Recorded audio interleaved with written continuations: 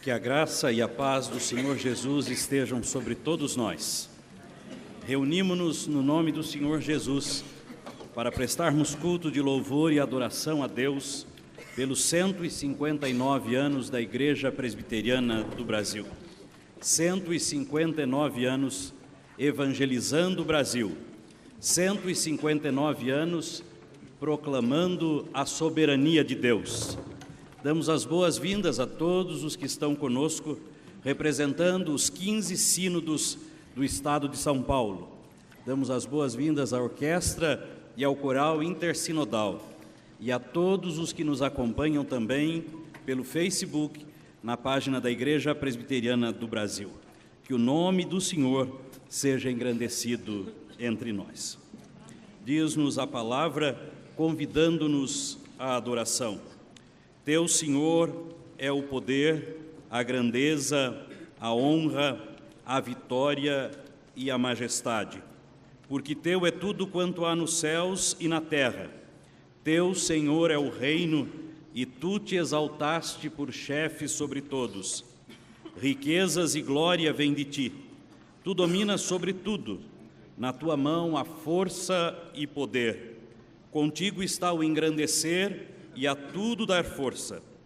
Agora, pois, ó nosso Deus, graças Te damos e louvamos o Teu glorioso nome, porque quem sou eu e quem é o meu povo para que pudéssemos dar voluntariamente estas coisas? Porque tudo vem de Ti e das Tuas mãos Tu damos.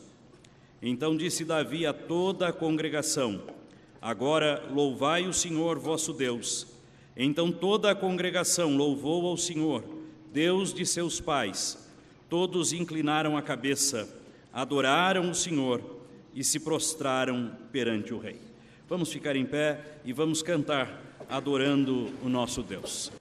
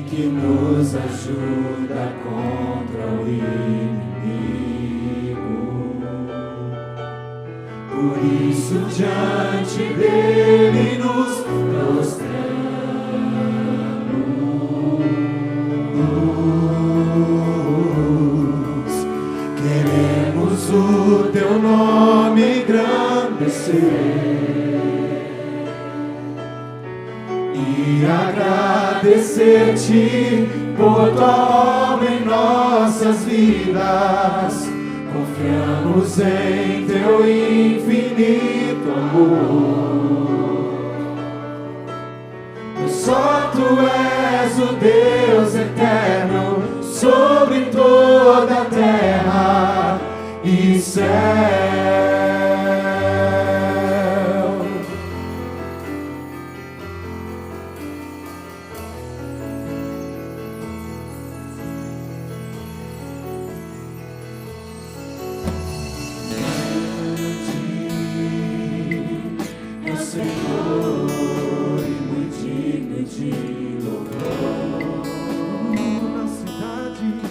Cidade do nosso Deus, o santo monte, alegria de toda a terra,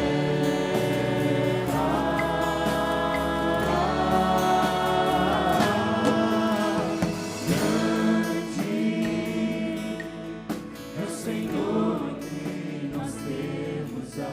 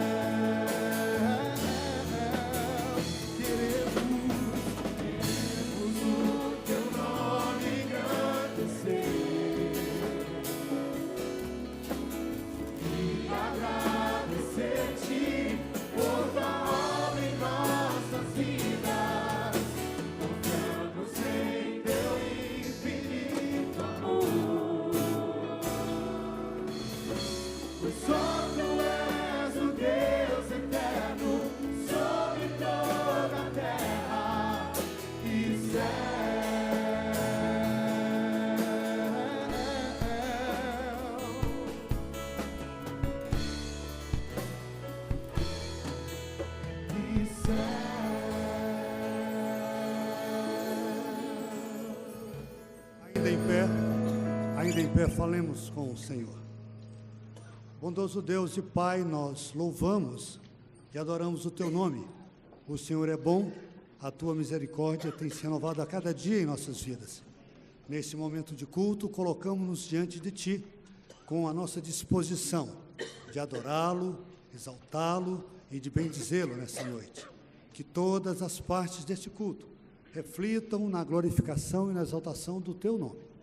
Aceite todas as partes deste culto, os louvores que já foram ministrados, as partes que se seguirão, que tudo seja para engrandecer e exaltar o Teu santo, bendito, maravilhoso e poderoso nome.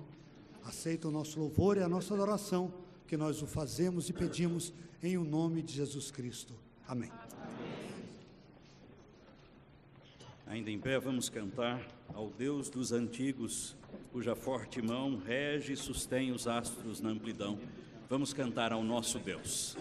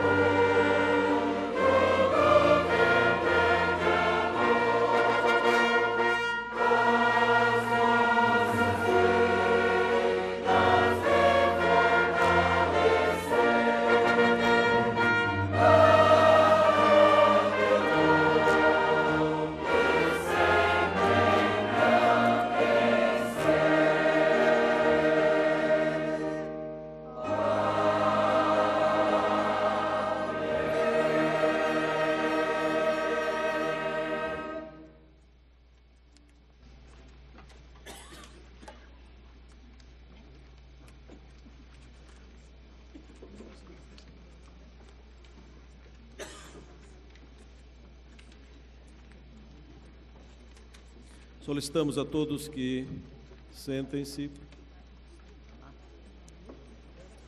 e leiamos a palavra de Deus que encontra-se no Novo Testamento, no livro de Romanos, capítulo 8, e leremos do versículo de número 19 ao de número 26. A ardente expectativa da criação aguarda a revelação dos filhos de Deus, pois a criação está sujeita à vaidade, não voluntariamente, mas por causa daquele que a sujeitou, na esperança de que a própria criação será redimida do cativeiro da corrupção para a liberdade da glória dos filhos de Deus. Porque sabemos que toda a criação, a um só tempo, geme e suporta angústias até agora. E não somente ela, mas também nós, que temos as primícias do Espírito, igualmente gememos em nosso íntimo, aguardando a adoção de filhos, a redenção do nosso corpo. Porque na esperança fomos salvos. Ora, a esperança que se vê não é esperança, pois o que alguém vê, como o espera? Mas se esperamos o que não vemos, com paciência o aguardamos. Também o Espírito, semelhantemente, nos assiste em nossa fraqueza, porque não sabemos orar como convém, mas o mesmo Espírito intercede por nós sobremaneira, com gemidos inexprimíveis. Que Deus abençoe a sua santa palavra. Amém.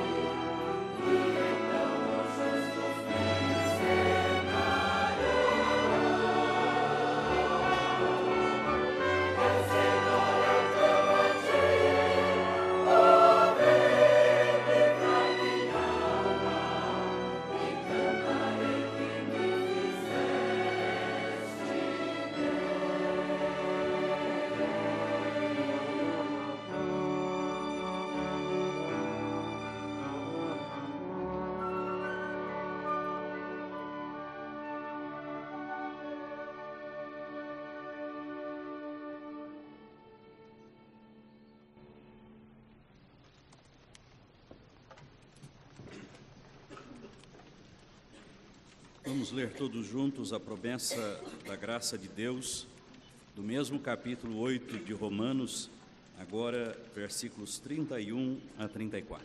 Vamos ficar em pé para fazermos todos juntos esta leitura da palavra de Deus. Leiamos. Que diremos, pois, à vista destas coisas? Se Deus é por nós, quem será contra nós? Aquele que não poupou o seu próprio Filho, antes por todos nós o entregou, porventura não nos dará graciosamente com ele todas as coisas? Quem intentará acusação contra os eleitos de Deus? É Deus quem os justifica. Quem os condenará? É Cristo Jesus quem morreu, ou antes quem ressuscitou, o qual está à direita de Deus e também intercede por nós. Oremos como Jesus nos ensinou, não de forma mecânica e automática, mas pensando, refletindo nas palavras e também aprendendo sempre a orar com o próprio Senhor Jesus. Pai nosso que estás nos céus, santificado seja o teu nome. Venha o teu reino, seja feita a tua vontade, assim na terra como nos céus. O pão nosso de cada dia nos dai hoje.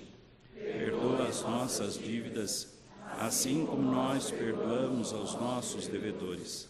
E não nos deixes cair em tentação, mas livra-nos do mal. Pois teu é o reino, o poder e a glória para sempre. Amém. Podem se assentar, o coral vai cantar um medley em Cristo, tudo temos. E nós todos podemos cantar com o coro, lembrando estes antigos cânticos que demonstram a nossa confiança e a nossa gratidão, a nossa satisfação por termos Jesus e sermos de Jesus.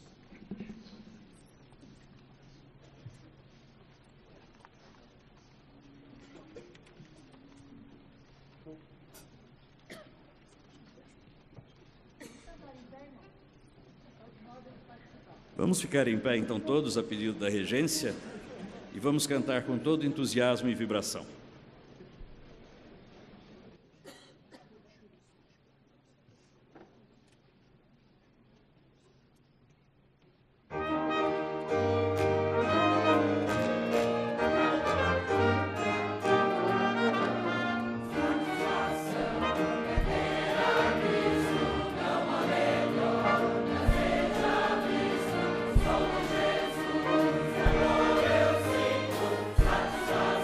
Sem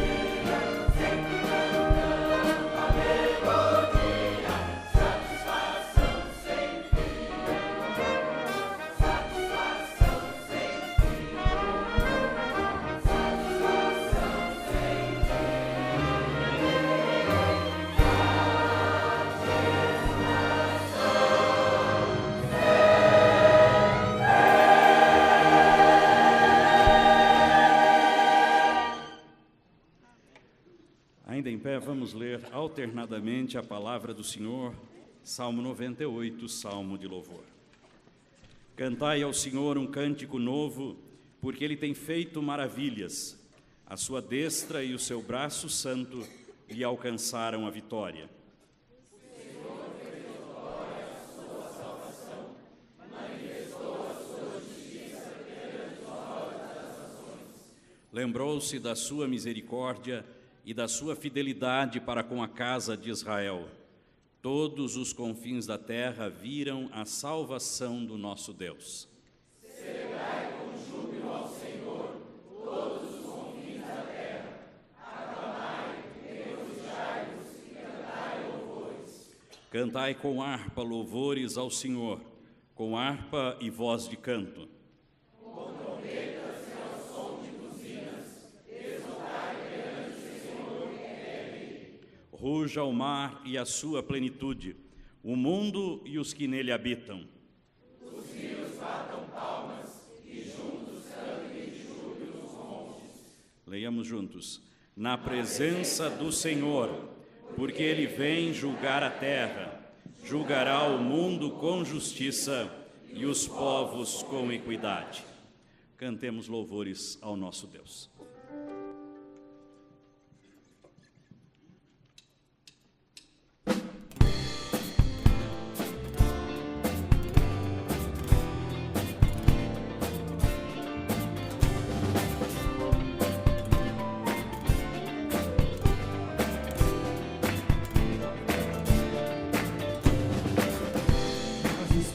Vejo a sua mão, e no vento ouço a sua voz. Deus domina sobre terra e mar, porque Ele é pra mim. Eu sei os sentidos do Natal, pois a história tem o seu lugar.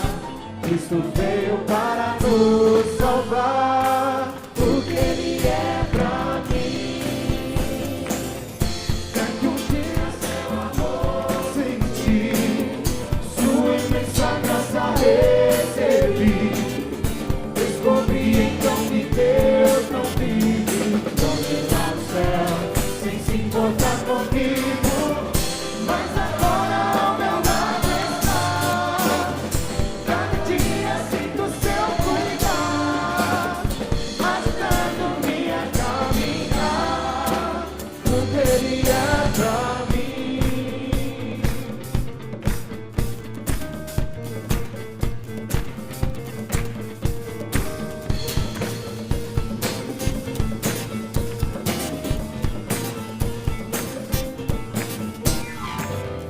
Nas estrelas vejo a sua mão, e no vento ouço a sua voz. Deus domina sobre terra e mar, porque Ele é pra mim. Eu sei o sentido do Natal, pois a história tem o seu lugar. Cristo veio para nos salvar, porque Ele é pra mim. É que um dia seu amor senti, sua imensa graça recebi. Descobri então que Deus não vive longe lá no céu, sem se importar comigo. Mas agora ao meu lado está, cada dia sinto seu cuidar, ajudando-me a caminhar, porque Ele é pra mim. Tudo é Jesus pra mim, tudo Ele é pra mim, tudo é Jesus pra mim.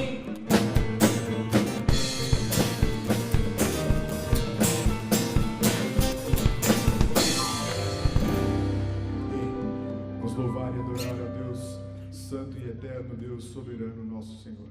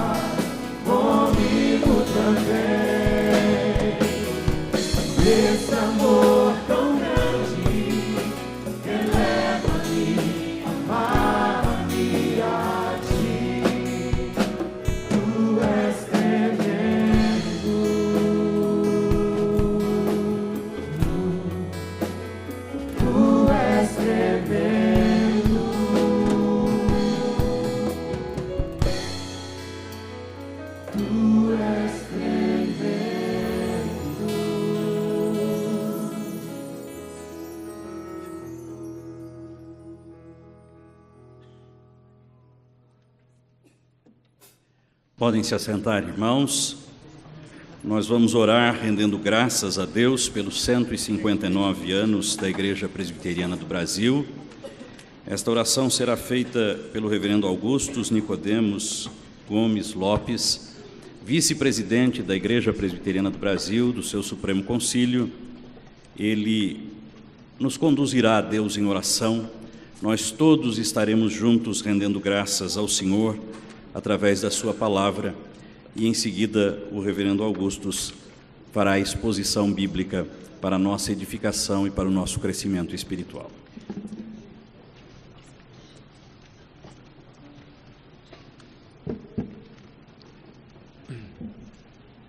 Mesmo assentados, nós vamos nos dirigir ao nosso Deus nesse instante, em gratidão pelos 150 anos da Igreja Presbiteriana do Brasil. Oremos. Senhor, nós estamos aqui reunidos nesta noite com um objetivo específico de agradecer os 150 anos da Igreja Presbiteriana em solo pátrio. Te damos graças por aqueles que vieram dos Estados Unidos trazer a Tua palavra aqui em nosso país. Te damos graças pelos pioneiros, os que labutaram na fundamentação e formação da Igreja aqui no Brasil, bem como as suas instituições, como as escolas, hospitais. Te damos graças porque a semente plantada há tantos anos, ela cresceu, se multiplicou e hoje atingimos todo o território nacional e nós podemos fazer a diferença em nosso país. Te damos graças, ó Deus, porque o Senhor nos tem preservado no meio das muitas atribulações, dificuldades, hostilidades, e não somente a nossa igreja, mas também a igreja cristã em todo o mundo. Nós te agradecemos porque fazemos parte de algo muito maior do que a Igreja Presbiteriana do Brasil. Te damos graças pela tua igreja no mundo. Oramos pelos que sofrem, os que estão sendo perseguidos nesse exato momento em alguma parte do mundo, e nós pedimos a tua graça para que a tua igreja continue até o dia da vinda do Senhor Jesus. Em nome de quem nós oramos agora. Amém. Queridos irmãos, amigos, pastores, presbíteros aqui presentes, autoridades da Universidade Mackenzie, do Instituto Mackenzie, quero saudar a todos nessa noite. Trago uma palavra de saudação do reverendo Roberto Brasileiro, presidente da nossa denominação. Infelizmente, ele não pôde estar presente, está se recuperando de uma semana de Supremo Concílio, ficou um pouco adoentado e não pôde comparecer e me convocou. Estava de férias no Paraná, recebi o chamado do presidente. Então, manda quem pode e obedece quem tem juízo. Por isso até cheguei um pouco atrasado, né? Vim direto de Cascavel, Paraná, para estar aqui com os irmãos nessa tarefa honrosa de substituir o reverendo Roberto, numa ocasião tão solene e especial como é o aniversário da nossa denominação. Então, em nome dele, eu trago a saudação do Supremo Concílio da IPB a todos que se encontram presentes aqui nessa noite. Queridos, eu gostaria de convidá-los a abrir a Escritura, os que puderem, na primeira carta de Pedro, capítulo 4. Eu vou fazer a leitura do verso 12 até o verso 19. Aqui o apóstolo Pedro, ele orienta a igreja sofrida e perseguida dos seus dias a se comportar e reagir de uma forma digna do nome de cristão. E ao fazer isso, ele nos ensina muitas coisas importantes a respeito da igreja cristã. O que é a igreja cristã?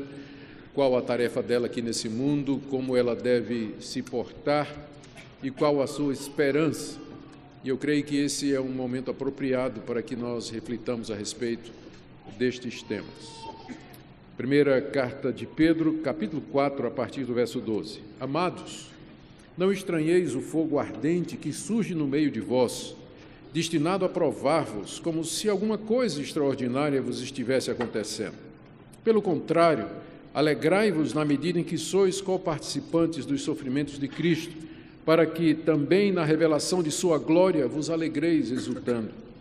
Se pelo nome de Cristo sois injuriados, bem-aventurados sois, porque sobre vós repousa o Espírito da glória e de Deus. Não sofra, porém, nenhum de vós como assassino, ladrão, malfeitor, ou como quem se intromete em negócios de outrem. Mas se sofrer como cristão, não se envergonhe disso. Antes glorifique a Deus com esse nome, porque a ocasião de começar o juízo pela casa de Deus é chegada. Ora, se primeiro vem por nós, qual será o fim daqueles que não obedecem ao Evangelho de Deus? E se é com dificuldade que o justo é salvo, onde vai comparecer o ímpio, sim, o pecador? Por isso também os que sofrem segundo a vontade de Deus encomendem a sua alma ao fiel Criador na prática do bem. Nós vamos orar mais uma vez, pedindo a iluminação de Deus para o que nós acabamos de ler. Pai querido, envia Teu Espírito Santo para iluminar os olhos do nosso entendimento e do nosso coração, para que nós compreendamos o que aqui está escrito. Não somente a compreensão intelectual, mas o significado e o impacto dessa mensagem para as nossas vidas no dia de hoje. Que cada um de nós se sinta tocado pela Tua palavra, abençoado pela Tua revelação, que a exposição destas palavras seja instrumento Teu na vida de cada pessoa aqui. É o que nós pedimos no nome de Jesus. Amém. Queridos, quando Pedro escreveu essa carta, a igreja cristã passava, na sua fase inicial, por um momento crítico. Os cristãos eram perseguidos de todos os lados. Ainda não havia chegado a hora das grandes perseguições que começaram com Nero em meados da década de 60, a qual se seguiram cerca de 10 perseguições movidas por imperadores romanos até o século IV, quando Constantino pacificou o império e declarou o cristianismo como religião oficial do Império Romano. Mas até aquela época foram pelo menos 10 grandes perseguições contra os cristãos, nas quais milhares e milhares de cristãos pereceram da forma mais cruel que se pode imaginar. Lançados às feras, crucificados, despedaçados por gladiadores, queimados vivos. Mas quando Pedro escreve, essas perseguições estavam prestes a começar. as perseguições a que ele se refere aqui eram aquelas que eram feitas pelos patrícios dos cristãos, pelos seus vizinhos, pela sociedade em geral, pelos colegas de trabalho, pelos patrões. O cristianismo era, de fato, alguma coisa muito estranha para a mentalidade pagã do mundo greco-romano, meados do século I. Os cristãos, em primeiro lugar, não criam nos deuses, em que todo mundo acreditava. O mundo greco-romano do primeiro século era encharcado de deuses. Havia a religião oficial da Grécia, com seu panteão de deuses, oriundos das ideias de Homero, a Ilíada e a Odisseia, por eles escritas, e que nomeavam aqueles deuses que moravam no panteão, começando com Zeus, e toda uma série de outros deuses, terminando com os semideuses, que eram resultado das aventuras amorosas dos deuses aqui na Terra. Havia as religiões de mistério importadas lá da Mesopotâmia e da Síria, contendo rituais secretos de acesso aos iniciados. E havia a religião oficial do Império Romano, onde o imperador era considerado como um deus, não é? O primeiro imperador, que considerou-se Deus, adotou o nome de Augustus, que significa divino. E não sei porque que alguém bota um nome desse no filho, mas de qualquer forma, né? Exatamente porque o imperador se achava filho dos deuses e ele exigia a adoração. Em cada uma das principais cidades do Império Romano, capitais de províncias, por exemplo, a Caia, por exemplo, tinha um templo. Cada uma destas cidades tinha um templo erigido em homenagem ao César. E todos os países, todos os povos debaixo do Império Romano eram obrigados a prestar homenagem ao César, oferecer sacrifícios, queimar incenso, menos os cristãos. Os cristãos não fariam isso. Por isso que um dos escritores ou poetas gregos, se referindo aos cristãos, reclamava dos cristãos dizendo: esses ateus que não acreditam em nossos deuses, porque numa terra onde todo mundo adora muitos deuses, quem adora um só é ateu, né? Então, os cristãos eram chamados de ateus, porque eles não se curvariam diante dos deuses daquela época, não adorariam. Para eles havia apenas um Deus, Criador dos céus e da terra, a quem eles adoravam na pessoa do seu Filho Jesus Cristo, a quem eles chamavam de Senhor. Aliás, um título, Kyrios, que era dado ao César. O César era chamado de Kyrios, Senhor, mas os cristãos não se referiam ao César como tal, mas usavam essa designação somente para Jesus Cristo. E na mente pagã não tinha distinção entre religião e Estado, era tudo uma coisa só. E, portanto, eles confundiam essa recusa religiosa dos cristãos de reconhecer a divindade de César com uma insubordinação ou uma insubmissão às autoridades. Tanto é que quando Nero quis achar um bode expiatório para o incêndio de Roma, diz a lenda que foi o próprio Nero que tacou fogo em Roma, porque queria construir uma nova cidade em sua homenagem à Nerolândia, né? Então, mas Roma estava no caminho. Então, ele mandou tocar fogo em Roma. E aí, quando desconfiaram de que tinha sido ele disse que foi os cristãos. E pegou, porque os cristãos eram mal vistos por toda a sociedade. Era o tipo de gente que faria isso na mentalidade popular. Foi quando as perseguições começaram. Havia essas ideias estranhas de que os cristãos eram canibais, porque uma vez por semana eles se fechavam em algum lugar para comer a carne e beber o sangue de alguém, né? Era assim que a mente pagã interpretava a celebração da ceia do Senhor. Os cristãos não participavam dos festivais religiosos, porque eram sempre impregnados de sexo, e como, por exemplo, os festivais em homenagem ao deus Baco, de onde vem bacanal, não é? A expressão que nós temos, o deus do vinho. Os cristãos não participavam disso e, portanto, eles eram vistos como um povo muito esquisito, não é? Um povo que estava na contramão de tudo, um povo que era diferente, não é? E por isso eles eram injuriados, eles eram caluniados, assediados pela polícia local, às vezes tinham seus bens arrestados, presos eram, às vezes até martirizados, como mais adiante se tornaria popular. Pedro, quando escreve essa carta, que nós acabamos de ler, ele escreve exatamente para ajudar esses cristãos a enfrentar aquela onda de hostilidade vinda dos próprios patrícios, dos colegas, dos vizinhos, né? E que os cristãos enfrentavam diariamente. O alvo de Pedro é que eles é importante notar, se você prestou atenção na leitura, Pedro não está garantindo que eles, por providência de Deus ou por algum favor divino, serão libertos ou impedidos de sofrer. Mas Pedro apenas os orienta como eles devem encarar o sofrimento e os enche de esperança para que eles possam fazê-lo da maneira correta. Então, com esse pano de fundo, não é que nós devemos ler essas palavras e fazer sentido delas para nós mesmos. Eu tenho uma outra observação que creio que é importante que nós façamos aqui. O tipo de perseguição que Pedro trata aqui é aquele que é porque as pessoas se declaram cristãs publicamente e assumem um compromisso de viver como cristãos. Então, isso naturalmente traz hostilidade e traz reação. Às vezes o cristão sofre, mas não é por isso. Ele sofre porque pisou na bola, fez uma escolha errada, tomou uma decisão errada, fez o que não devia, e aí vem as consequências, né? E aí vem o sofrimento. De vez em quando aparece alguém lá na igreja dizendo assim: pastor, ore por mim, eu perdi meu emprego, perseguição, o meu chefe me mandou embora, não é porque eu sou crente, porque eu sou evangélico. Quando eu conheço o chefe, eu ligo para o chefe e disse: rapaz, o que aconteceu? Tem um membro da minha igreja aí, você demitiu? Eu disse: pastor, é o pior empregado que eu tinha, chegava atrasado, né? Não fazia o trabalho direito, ficava no WhatsApp o tempo todo, né? Então, e aí o cara vai chorar na igreja que está sendo perseguido porque é cristão, né? Não é dessa perseguição e desse sofrimento que Pedro está falando aqui, não. Ele está falando dos sofrimentos e da perseguição porque a igreja assume uma postura cristã.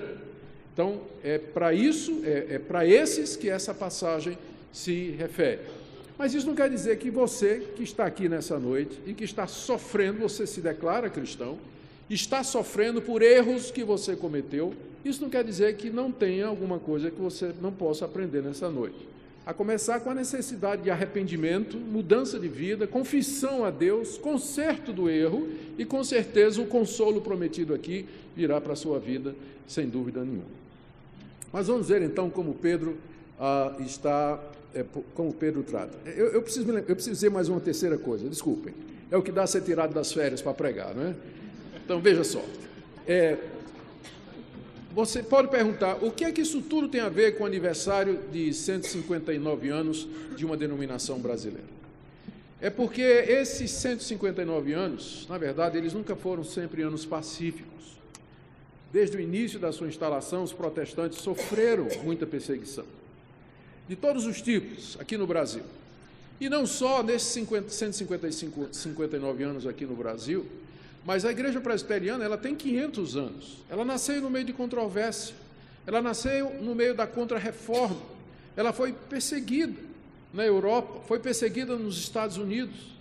Hoje mesmo, enquanto eu estou falando aqui, há centenas e centenas, e eu vou expandir agora o quadro, não só de presbiterianos, mas de evangélicos, que estão sendo perseguidos, presos e mortos no mundo.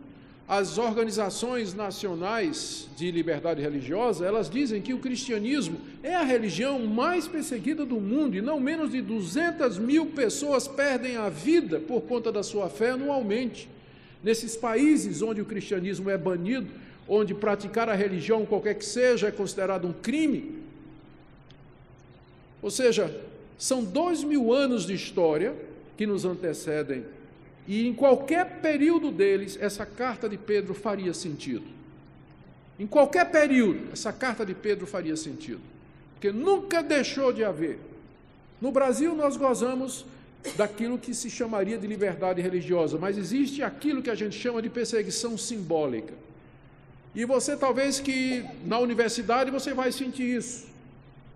Se está na sala de aula, você diz que é cristão, seu professor de biologia vai marcar você o semestre todo, e ele vai desconstruir tudo aquilo que o cristianismo diz a respeito das origens, a visão cristã de mundo e tudo mais, ignorando que os fundadores da ciência moderna eram homens de fé e eram cristãos. Isso ele vai apagar, isso ele não vai dizer na sala de aula, mas ele vai procurar arrebentar sua fé, se você se declarar e se identificar como evangélico. Mesma coisa no trabalho. Se assumir uma posição de cristão, você vai já vem as piadinhas, né? Na escola, estou vendo vários jovens aqui, todos são universitários, Mas na escola, se identifica como cristão, quer seguir a vida cristã e a ética cristã, já vem as piadinhas também. Tu és virgem, né? 18 anos é virgem ainda. E por aí vai, e por aí vai. Ou seja, existe, e também, discussão que teve sobre aborto agora, né? Audiência pública, aborto. Muita gente criticando porque vários dos argumentos contra aborto tinham como fundamentação a convicção religiosa da pessoa, e daí isso não pode ir para a arena pública, tem que ser banido porque é religião. E qual é o homem que não é religioso? O ateísmo é religião também, agnosticismo é religião também, marxismo também é religião. Mas porque é cristão não pode, tem que ficar de fora da arena pública. Não pode dizer o que pensa, não pode dizer o que crê. Então, é o que a gente chama de perseguição simbólica. Nós não vamos para a cadeia por isso, não vamos perder os bens por isso, como os primeiros cristãos perderam, mas a gente vai sofrer restrição, vai sofrer qualquer outro tipo de perseguição, a gente sabe muito bem disso. Por isso que essa passagem ela é apropriada. Qualquer época desses 2000 anos de existência da igreja cristã, por isso eu penso também que ela é importante nessa noite, quando nós estamos dando graças a Deus por 159 anos de existência da igreja, que não foram sem turbulência, não, durante esse tempo aqui no Brasil, e não está sendo sem turbulência também. E, pelo andar da carruagem, a tendência é que fique cada vez mais difícil. Mas, finalmente, vamos para o texto, né, que está aberto aqui diante de nós, pedindo para ser exposto. Então, vamos atendê-lo.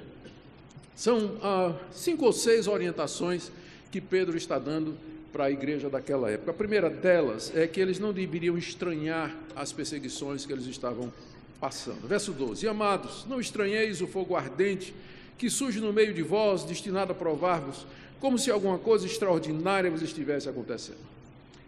Pedro começa dizendo para os cristãos: não estranhem quando vocês forem perseguidos, como se fosse alguma coisa extraordinária. Por que Pedro diria isso? Porque um cristão, ele pode imaginar, pelo fato de que ele foi aceito por Deus, que ele conhece a Deus, que ele teve os seus pecados perdoados, que ele recebeu a vida eterna, que ele foi justificado, ele pode ser tentado a pensar que isso significa que Deus vai evitar que ele sofra aqui nesse mundo, como se a redenção e o perdão de pecados fosse uma espécie de salvo-conduto aqui nesse vale de lágrimas. Não, diz Pedro, de jeito nenhum. Olha, vai chegar e vai chegar como se fosse um fogo ardente, um incêndio, uma fogueira. E quando vier, não estranhe, não está acontecendo nada de extraordinário. É o cotidiano da igreja. É o ordinário, não é extraordinário, é o ordinário que os cristãos passem por sofrimento aqui nesse mundo. E eu quero deixar isso muito claro, já para nos distanciar de seitas evangélicas, que vocês já devem ter ouvido, que fica prometendo prosperidade, saúde, bênção material, resolução dos problemas, tirar o nome do Serasa. Aliás, Ciro Gomes até prometeu isso também. Mas todo esse tipo de coisa, vai resolver os problemas das pessoas. Vamos fazer a distinção, não é? Nós não consideramos esse tipo de igreja como evangélica. Não é para nós, é seita. Porque a Bíblia nunca disse que o cristão, pelo fato de ser cristão, discípulo de Jesus, ter fé em Deus, ser crente, ele vai ficar livre de doença, de perder o emprego, de problemas com a família, problemas de relacionamento ou qualquer outro tipo de problema que são comuns à humanidade em geral. Por isso ele começa dizendo: não estranhe. Não tem nada de extraordinário acontecendo aí com essas perseguições. Ele diz aqui, porque isso tem um objetivo, verso 12, que é provar-vos. Essa palavra que é usada aqui, ela é a mesma palavra que era usada para o que o ourives fazia com o ouro. O ourives pegava aquele material precioso, colocava numa fornalha. Nós sabemos que o ponto de fusão do ouro, ele derrete numa temperatura diferente dos outros materiais impuros que às vezes ficam aglomerados a ele. Então, através do fogo, há a separação do metal precioso, do ouro depurado e os materiais impuros. A figura que Pedro está usando aqui é essa, que o sofrimento e as perseguições e as dificuldades aqui, elas servem para depurar a fé do cristão. Por que você é cristão? Por que você crê em Deus? Por que você se declara parte da igreja? A sinceridade da sua fé e a genuinidade dela é provada através do sofrimento, porque é na hora do sofrimento que a gente verifica se nossa fé é real. Muita gente se declara cristão pelas bênçãos, pelas coisas boas. Na hora que vem a dificuldade, perde um filho, o marido larga, perde o emprego, a empresa fale, não passa no vestibular, não arruma um casamento, a primeira coisa que faz é virar as costas para Deus e dizer: Deus não existe, porque Ele não me deu o que eu queria. Então, na verdade, você nunca teve fé verdadeira, porque nós devemos amar a Deus não pelo que Deus nos dá, mas por aquilo que Ele é. Então, as provações, elas não devem ser encaradas como uma surpresa na vida do cristão. Na verdade, é um modo ordinário pelo qual Deus nos prova, Ele nos purifica, Ele nos prepara para sermos maduros e servirmos a Ele pelos motivos corretos. Segunda orientação está no verso 13, e é o contraste. Pelo contrário, ou seja, em vez de estranhar, achar ruim, alegrai-vos na medida em que sois coparticipantes dos sofrimentos de Cristo, para que também na revelação de sua glória vos alegreis exultando. Em vez de ser apanhado de surpresa e, portanto, ficar desanimado ou chateado, aqui Pedro diz que a atitude deve ser de alegria, alegrar-se no meio do sofrimento. E é aqui que faz a diferença do verdadeiro cristão e daquele que não é. A mesma coisa acontece a ambos. A diferença é que o cristão olha para aquilo, vê a mão de Deus ali e diz: o meu bom Deus está me provando. E ele se alegra não com o sofrimento, mas no sofrimento, em meio ao sofrimento ele se alegra, porque Deus está usando aquilo para o seu próprio bem. Ele sabe que todas as coisas cooperam para o bem daqueles que amam a Deus. Por isso ele se alegra. Ele se alegra, Pedro diz, porque isso é um sinal de que ele vai participar da glória de Cristo. Veja no final do verso 13 que Pedro diz que Cristo vai se revelar em glória. Nós sabemos que o nosso Senhor morreu na cruz, ressuscitou ao terceiro dia, reviveu, subiu aos céus e aguarda a hora do seu retorno. Quando ele vier em glória, em majestade, todo olho o verá. Então aqueles que são seus também participarão desse momento. Como é que eu sei que eu vou participar desse momento? A equação de Pedro é muito simples, a correlação. Se você aqui sofre com Cristo, se você participa dos sofrimentos de Cristo, você também vai participar da glória dele. Não é isso que ele diz no verso 13? Alegrai-vos na medida em que sois coparticipantes dos sofrimentos de Cristo, para que também na revelação de sua glória vos alegreis exultando. Ou seja, eu sofro por conta de Cristo aqui, porque sou cristão. Então isso significa que quando ele vier em glória, eu participarei da sua glória com ele. E pensar nisso enche o meu coração de regozijo. O raciocínio é mais ou menos esse: eu estou sofrendo, mas porque eu sou cristão, estou sendo injustamente perseguido, estou sofrendo, levando as consequências de minhas posturas como cristão, e eu digo: Deus, que privilégio o Senhor me dá de sofrer como Cristo sofreu e participar dos sofrimentos dele aqui nesse mundo. Isso significa que quando ele vier em glória, eu também participarei dessa glória, e isso me dá esperança, me dá confiança e enche o meu coração. E aqui eu já vou dizer que eu discordo completamente de Karl Marx, quando ele fez a avaliação de religião. Na sua avaliação das religiões ou do que era a fé, ele considerou as religiões e o cristianismo em particular como o ópio do povo.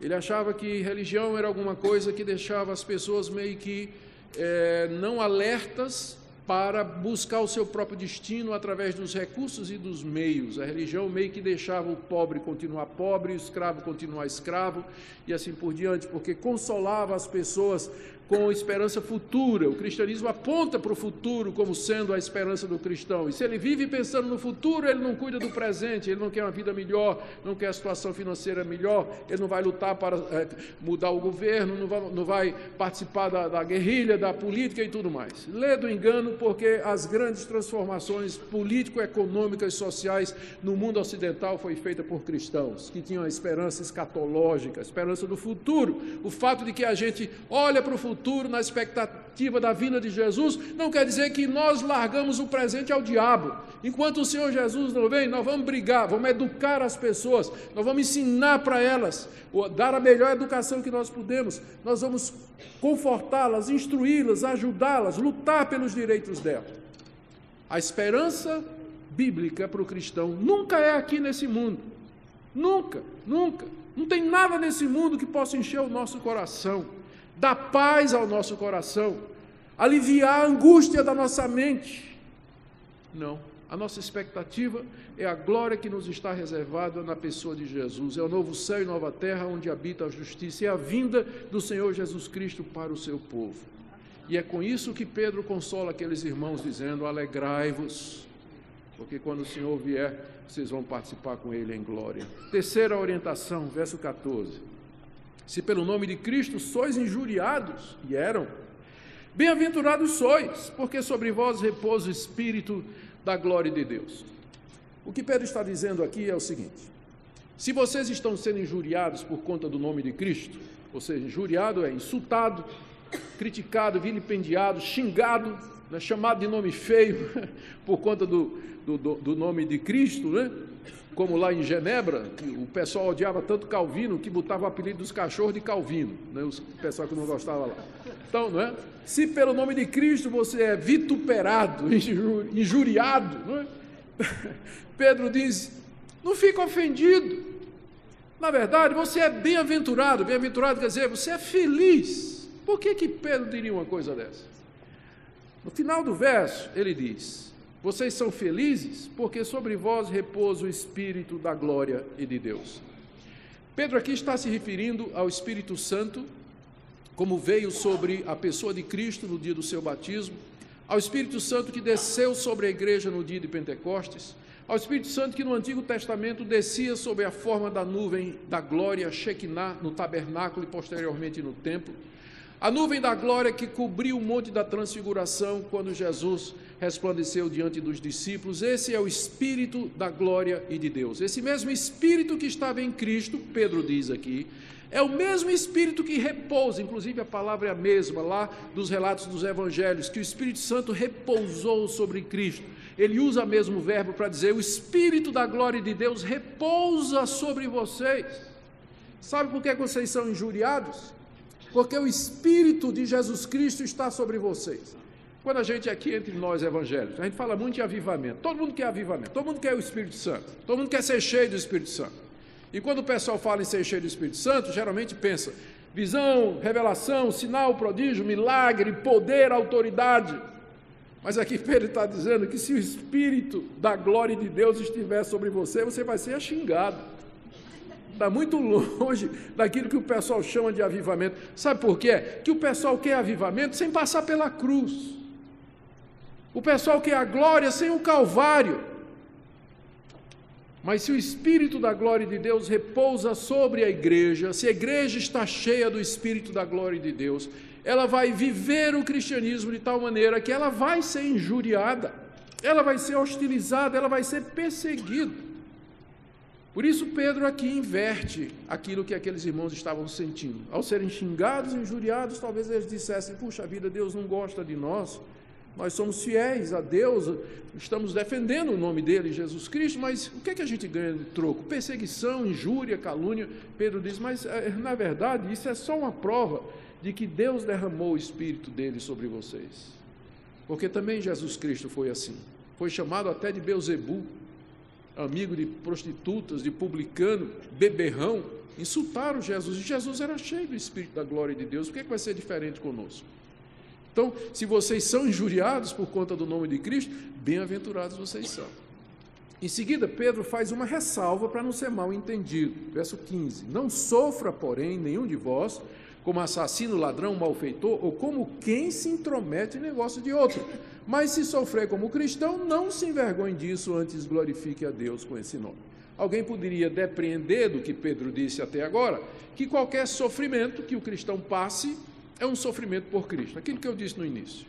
E Pedro aqui já esclarece: não sofra, porém, nenhum de vós, e aqui ele enumera 3 crimes: assassino, ladrão ou malfeitor. Essas 3 coisas eram punidas com algum tipo de penalidade no primeiro século, como é até hoje em todo país civilizado, né? O assassinato, o roubo, ou latrocínio, ou malfeito, algum tipo de malfeito, há penalidades na lei. O que Pedro está dizendo para aqueles cristãos é que nenhum de vocês sofra por ter cometido um crime desse. Se você matou alguém e está preso ou está condenado à morte, não diga que você está sofrendo como cristão. Se você foi pego pelo imposto de renda, né, roubando na declaração, ou uma investigação que teve na sua empresa, ou no seu negócio, que você está desviando dinheiro, ou está sendo acusado de corrupção, ou tudo mais, e você está sofrendo as consequências disso, não vai dizer que isso aí é o sofrimento como cristão, porque não é não. E se você fez esse tipo de coisa, você deve de fato sofrer a penalidade e pagar mesmo pelos seus erros, não há dúvida nenhuma. A Bíblia é muito clara a respeito disso, a obediência às leis do Estado, portar-se dignamente de acordo com a legislação que nós temos, né? Aí você diz assim: ô pastor, eu escapei, porque não sou nem assassino, nem ladrão, nem malfeitor. Mas lê o resto do verso. Ou como quem se mete na vida dos outros. Pense num povinho para se meter na vida dos outros, é o crente. É evangelho, mas ele gosta de se meter É só você acompanhar no Facebook, nas redes sociais, mas dá pitaco em tudo, né? E fala, julga, já comenta, já condena e faz tudo isso. E depois vem a rebordosa, porque ninguém ouve isso calado, né? E aí recebe a resposta, aí vai se queixar: estou sendo perseguido porque eu sou cristão, porque eu digo minhas posições, porque eu sou muito sincero, né? E não é isso não, é porque ele está se metendo na vida dos outros, ele não tinha que estar fazendo isso. Então, se você está sofrendo pelo uso errado nas redes sociais, por exemplo, porque é linguarudo, porque fala demais, não vai dizer que você está sofrendo como cristão, porque você não está. Você está envergonhando o evangelho, é isso que você está fazendo. Quando você vai para as redes sociais, fala mal dos outros, lava a roupa suja da sua igreja em público, fala mal de pastores, de pregadores, você, na verdade, está envergonhando, emporcalhando o evangelho. É isso que você está fazendo. Isso aí não é sofrer por nome de Jesus, não, se vier alguma consequência. Mas, verso 16, se você sofre como cristão, ou seja, se o sofrimento que você passa é porque você é alguém comprometido com o nome de Cristo, com a salvação que há nele, com a vida que é derivada disso, com o discipulado cristão, se é por isso que você está sofrendo, Pedro diz: não se envergonhe disso, não tenha vergonha disso não. Se na sala de aula a turma zomba de você porque você é firme nas suas posições, se você não vai com eles para os barzinhos aqui ao redor do Mackenzie, encher a cara de cana, ou droga, ou qualquer outra coisa, fumar maconha, e o pessoal diz que você é um ET e tudo mais, não se envergonhe disso. Não precisa ter vergonha. Não precisa ter vergonha não, moça. Se você não vai para as baladas que a turma faz aí na universidade, essas festas aí, que bebe até ser levado em coma para o hospital, como já aconteceu aqui, nos arredores do Mackenzie, não tenha vergonha de você não ir, não.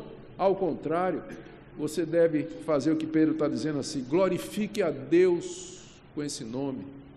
Deus, me dê forças para ser luz no meio das trevas, me dê força para ser uma bênção no meio desse povo que carece de sentido na vida, que carece de entender por que está nesse mundo, que não tem resposta para as questões mais profundas da existência humana, e aí vai afogar toda a sua ansiedade e angústia em Rivotril regado a cerveja ao redor do Mackenzie. E graças a Deus que você não participa disso. Não tenha vergonha disso não. Não tenha vergonha não, você que é professor, de tomar posição pelas suas convicções cristãs em sala de aula. Não precisa se envergonhar disso não, isso não lhe torna menos acadêmico. Os grandes acadêmicos do mundo tinham convicções cristãs, até o dia de hoje. Não existe incompatibilidade entre fé e ciência, nenhuma. Existe incompatibilidade entre fé e a falsa ciência, o cientificismo e o naturalismo filosófico que permeia hoje toda a academia. Mas não precisa se envergonhar disso. Ao contrário, glorifique a Deus com esse nome.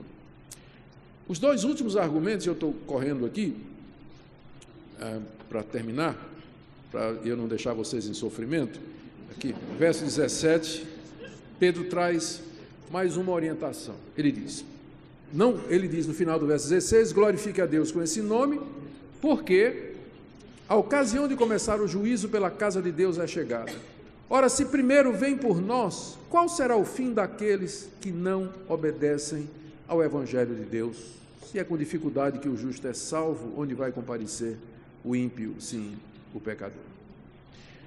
O que Pedro está dizendo aqui, eu vou tentar explicar com uma história que aconteceu comigo quando eu era jovem cristão, tinha acabado de conhecer a Jesus, tinha 23 anos, vibrando por Cristo.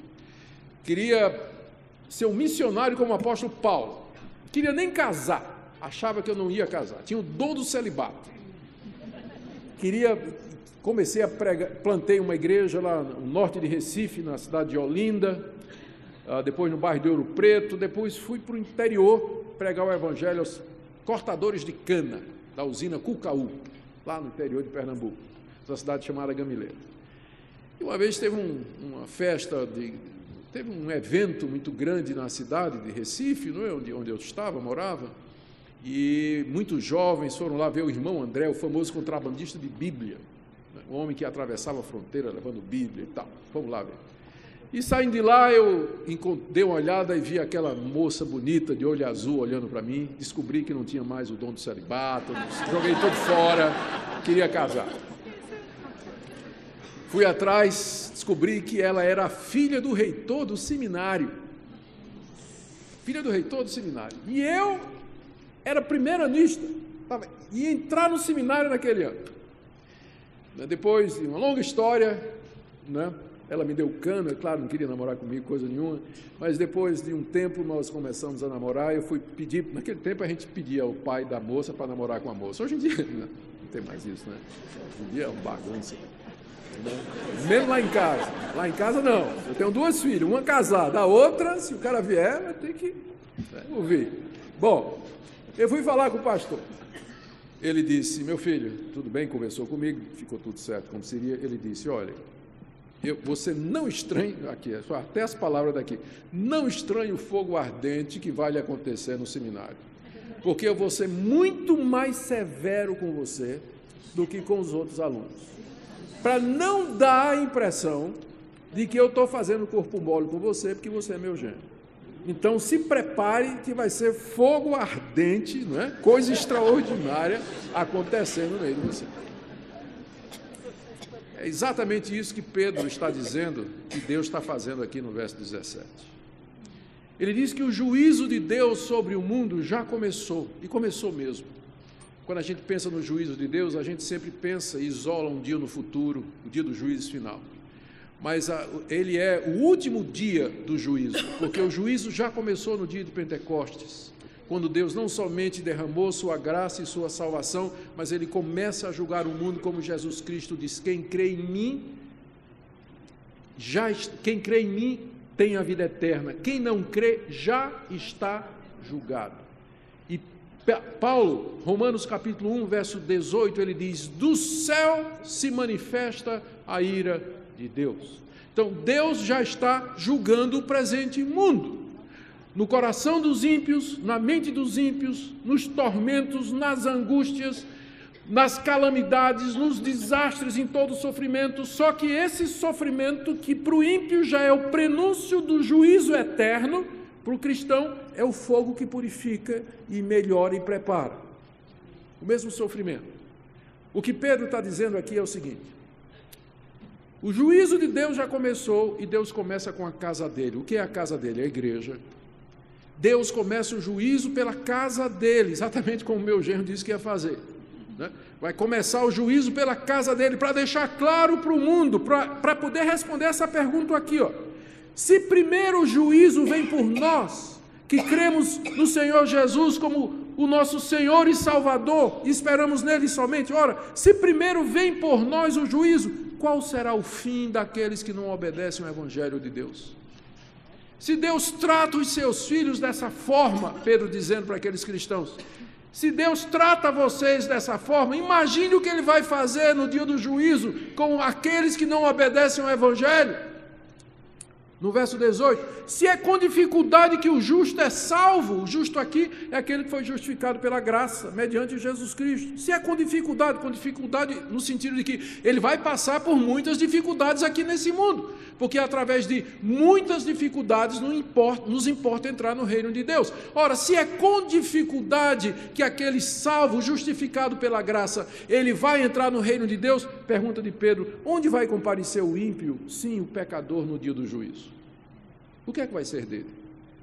Se Deus trata os que são seus dessa forma, imagine o que ele vai fazer com aqueles que viraram as costas para ele, que o negam, que são duros de coração, que quebram sua lei e a sua vontade, que querem viver como se ele não existisse, que abafam a voz da consciência e do coração que lá dentro afirma a existência dele. Onde vão comparecer essas pessoas no dia do juízo? Se Deus começa já o juízo dele pela sua casa.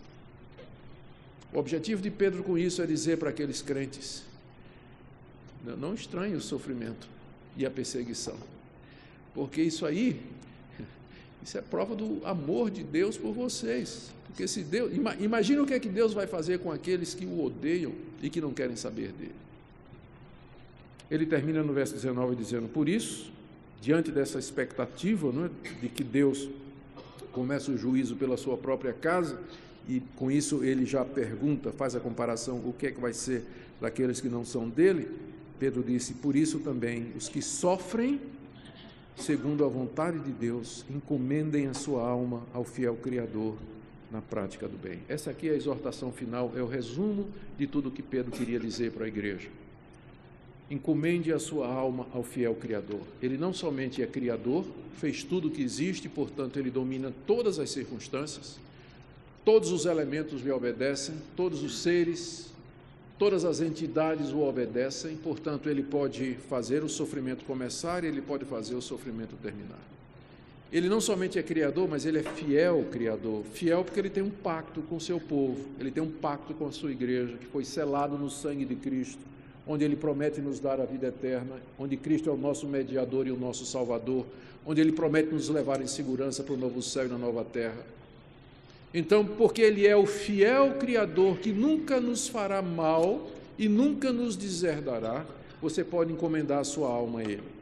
Ou seja, a sua vida, entregar a sua vida no meio do sofrimento, no meio desse mundo, no meio das perplexidades, no meio de todas as angústias, você pode confiar nele, porque ele é o fiel Criador, ele não vai decepcionar você.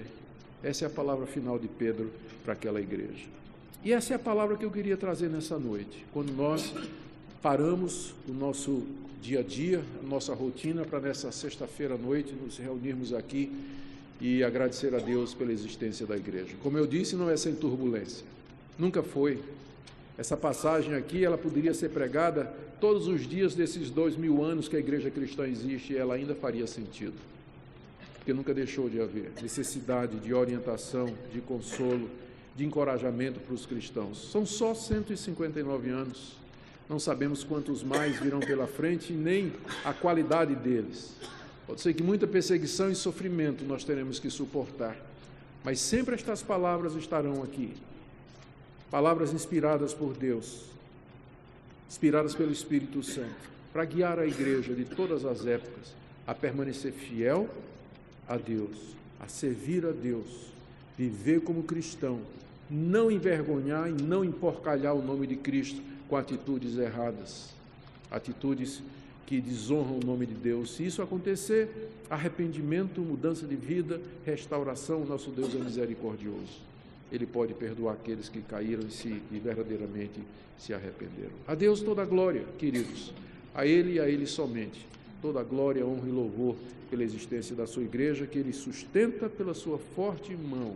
Se Ele não fizesse isso, nós não estaríamos aqui. A Deus toda a glória. Amém.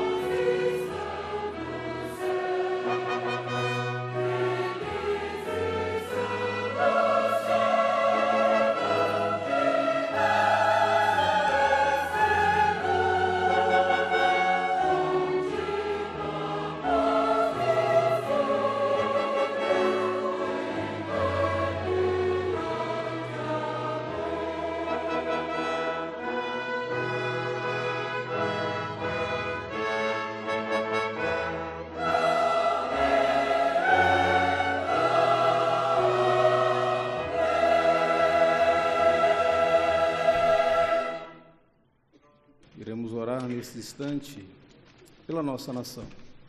Somos Igreja Presbiteriana do Brasil. Como igreja, somos esta assembleia, essa congregação de remidos pelo sangue do Senhor Jesus Cristo.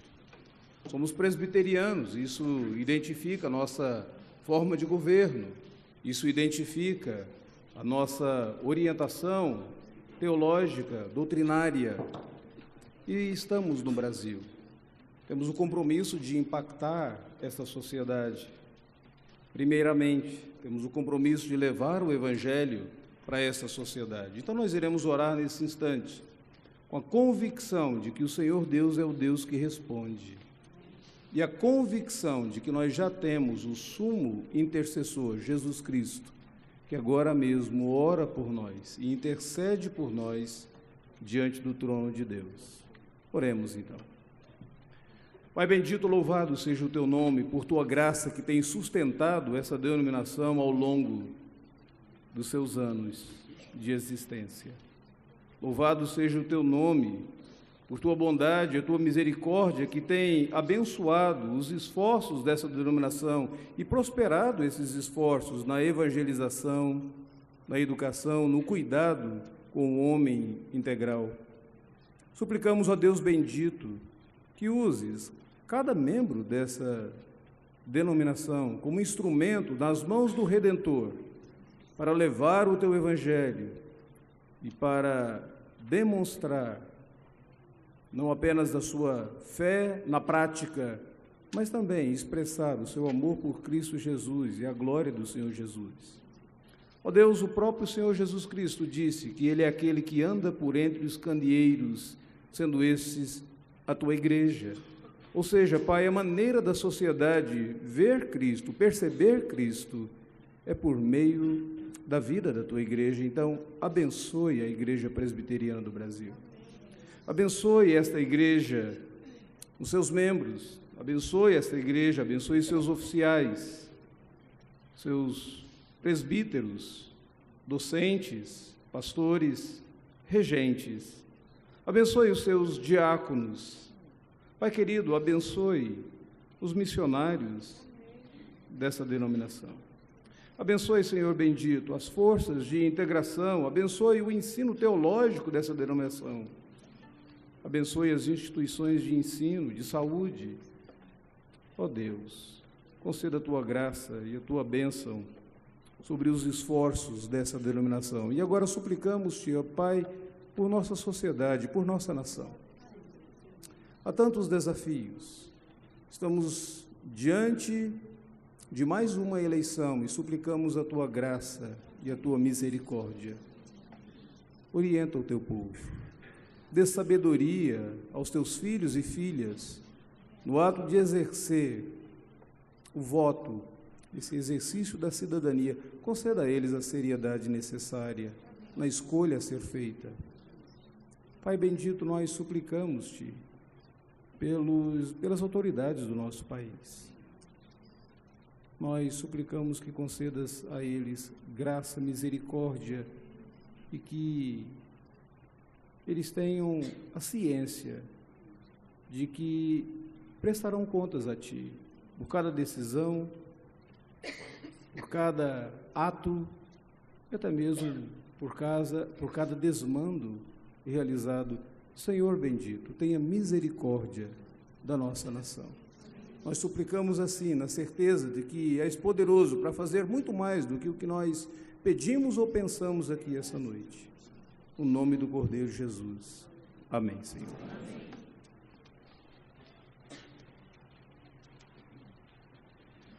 Caminhando para o final do culto, no momento de consagração, nós lemos a palavra do Senhor no comissionamento que Jesus fez a todos nós. O reverendo Ashbel Green Simonton ouviu o apelo do Senhor Jesus e veio para o Brasil. A missão agora é conosco, depois desses 159 anos. Eu vou ler o versículo de número 18, os irmãos deverão todos ler os versículos 19 e 20, exortando uns aos outros, dizendo ao seu irmão e sabendo que o seu irmão diz a você as palavras de Jesus, ide, portanto, e fazei discípulos. Eu leio 18, os irmãos respondem com os versículos 19 e 20. Jesus, aproximando-se, falou-lhes, dizendo: Toda a autoridade me foi dada no céu e na terra. Ide, portanto, fazei discípulos de todas as nações, batizando-os em nome do Pai, e do Filho e do Espírito Santo, ensinando-os a guardar todas as coisas que vos tenho ordenado. E eis que estou convosco todos os dias, até a consumação dos séculos. Vamos cantar todos juntos as palavras de Jesus neste momento de consagração.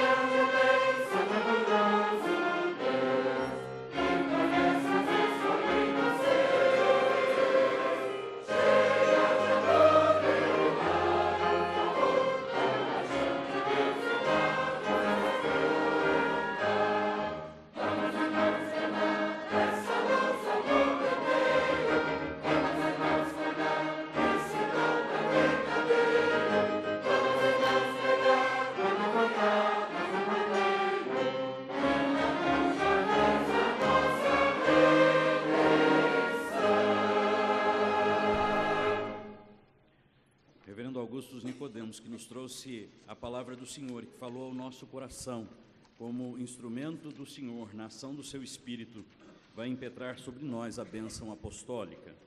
Depois nós ouviremos ainda em pé o coral cantando Aleluia de Handel, e aqueles que souberem poderão cantar também participando deste grande coral em louvor ao nosso Deus.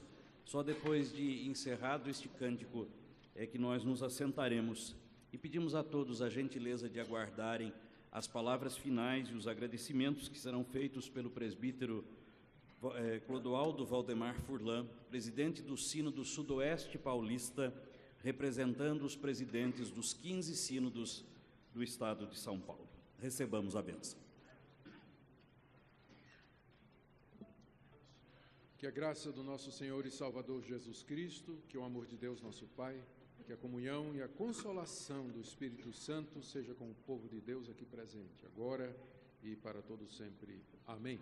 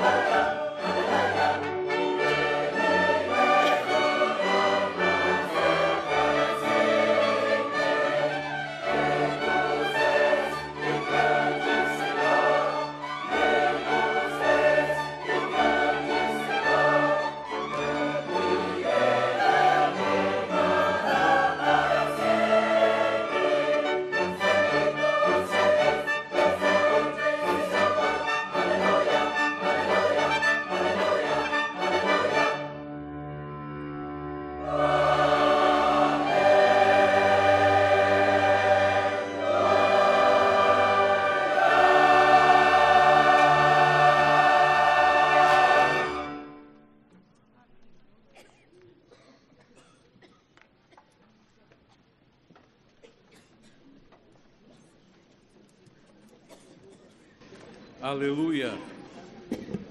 Aleluia.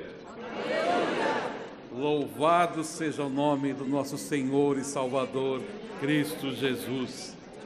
Essa é a razão da existência da nossa igreja. Essa é a razão da nossa existência. Que a Ele seja todo louvor, toda honra e toda glória. Que a triunidade de Deus seja exaltada e engrandecida. E como foi o tema, o versículo tema da nossa hospedagem do Supremo Concílio, por Ele, para Ele e por Ele são todas as coisas. A Ele seja a glória eternamente. Amém. Louvado seja o Senhor. Você foi abençoado hoje? Amém. Louvado seja o nome do nosso amado Deus. Nós temos caminhado com esse culto dos sinos do Estado de São Paulo. Nós estivemos reunidos aqui em agosto do ano passado, tivemos este culto de louvor e adoração ao nosso Deus, e nós louvamos ao Senhor porque o Senhor Deus tem abençoado a nossa igreja. O Senhor tem abençoado as igrejas, tem abençoado os nossos seminários, tem abençoado a nossa universidade, as nossas autarquias, juntas, comissões. Deus tem abençoado as nossas federações, as nossas confederações. Deus tem abençoado a Igreja Presbiteriana do Brasil. Por isso nós podemos dizer, até aqui nos ajudou o Senhor. Por isso estamos alegres. Até aqui nos ajudou o Senhor. Por isso estamos alegres. Quem esteve no culto aqui do ano passado, em agosto do ano passado, fique em pé, por favor.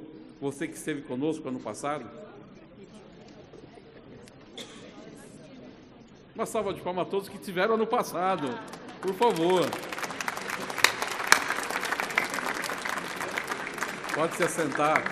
E nós queremos convidá-los para que seja conosco para agradecer ao Senhor o ano que vem, em agosto de 2019, agradecendo ao Senhor os 160 anos da Igreja Presbiteriana do Brasil. Então coloque na sua agenda, dia 10 de agosto de 2019. Você já tem um compromisso a mais para 2019. Estar aqui neste lugar para levantar as mãos aos céus, agradecendo o Senhor, porque o Senhor tem abençoado a nossa igreja. Nós queremos também fazer referência aqui, esse é o 10º ano desse culto que nós estamos fazendo durante todos esses anos. E estivemos, nosso primeiro culto foi na Igreja Presbiteriana de Vila Maria, quando comemoramos 149 anos, foi o primeiro. Depois comemoramos o Sesc Centenário, e aí nós tivemos uma jornada, e agora nós estamos aqui com esse culto, louvado seja o Senhor. O Presbiterianismo de São Paulo, a Igreja Presbiteriana de São Paulo está feliz, nós estivemos hospedando, de 22 a 29 de julho, em Águas de Lindóia, a 39ª reunião ordinária do Supremo Concílio. E foi uma grande bênção, meus irmãos. Aí está o logo que nós trabalhamos com essa hospedagem. Recebemos aproximadamente 2.000 pessoas de várias partes do nosso país. Nos últimos anos, nos últimos 20 anos, sempre nós tínhamos uma reunião extraordinária. Nós conseguimos resolver todos os problemas nessa reunião ordinária. Problemas não, né? Resolver os documentos, né, doutor Augusto? Nós conseguimos resolver os documentos, as decisões, todas em apenas uma reunião. Louvado seja o Senhor por essa hospedagem, foi uma grande bênção e foi uma hospedagem bem fazeja e organizada. Nós também queremos mencionar que nós estamos hoje agradecendo o Senhor pelos 159 anos e amanhã temos uma outra programação. Amanhã às 18 horas nós temos o Paz no Vale. Será um culto no Vale do Anhangabaú. Nós estaremos fazendo um culto de evangelístico, um culto de adoração ao Senhor, no centro da cidade de São Paulo. O pregador será o reverendo Hernandes Dias Lopes. Eu quero aproveitar para convidar você.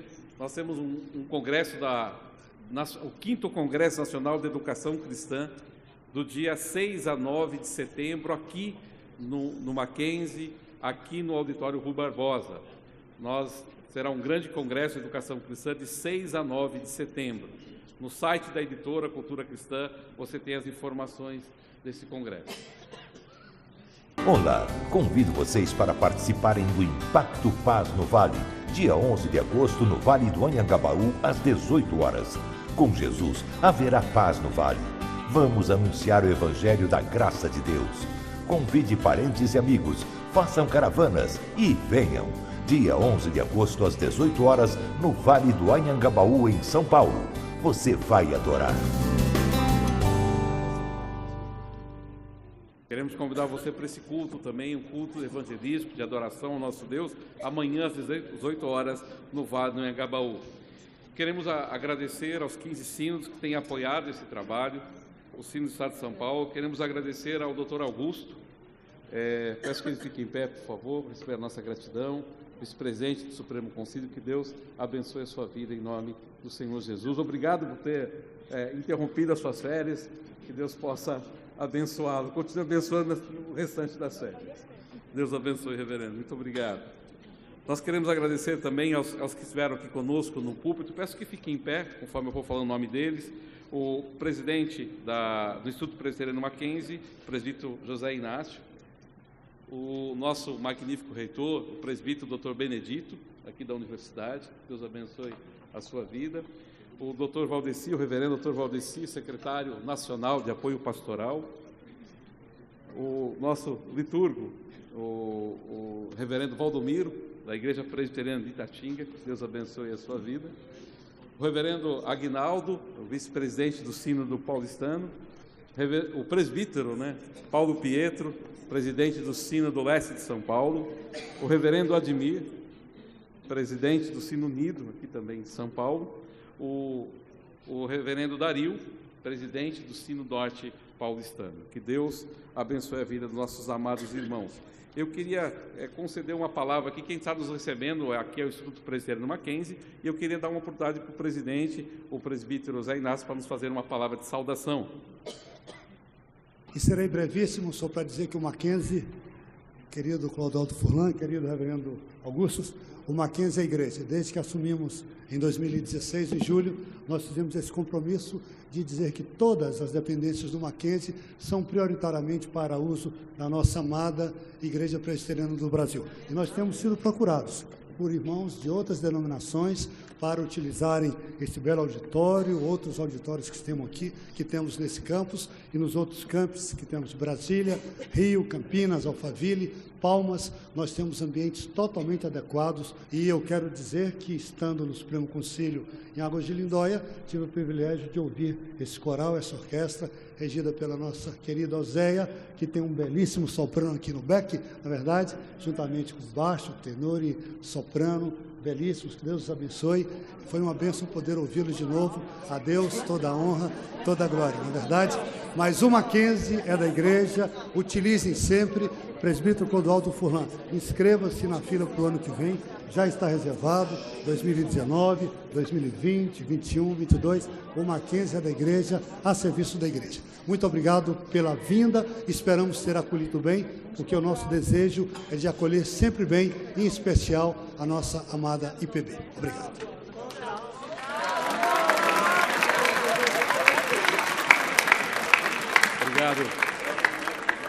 Obrigado, querido irmão, por suas palavras. Quero agradecer também à chancelaria. Quero agradecer a chancelaria. Faltou o contralto, né? O nosso chanceler, reverendo Davi Charles Gomes. Queremos agradecer ao Coral Intersinodal.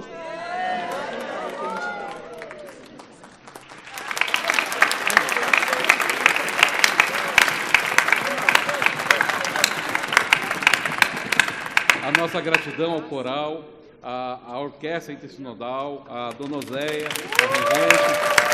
Vocês foram uma grande bênção em Águas de Lindóia, mas vocês têm sido uma grande bênção na vida da nossa igreja. Que Deus abençoe esse ministério de vocês. Nós estamos juntos e misturados, e assim vamos caminhar essa caminhada cristã em Cristo Jesus. Deus abençoe o nosso coral em nome do Senhor Jesus. Nossa gratidão à equipe de louvor da Igreja Presbiteriana da Moca, nossa gratidão à APECOM, à TV Mackenzie, à APECOM na pessoa do reverendo Ricardo Mota, obrigado pelo apoio. Está sendo transmitido este culto pela internet. Nossa gratidão aos pastores presentes. Por favor, pastores, fiquem em pé, por favor, para que nós possamos aqui estar aqui vendo. Deus abençoe a vida de vocês, os ministros, que Deus possa abençoá-los ricamente em Cristo Jesus, nosso Senhor. Queremos agradecer a você que veio conosco, que aceitou o convite de estar aqui adorando o Senhor, e a nossa gratidão também à Igreja Presbiteriana Unida pela diaconia que está fazendo aqui de todo o evento.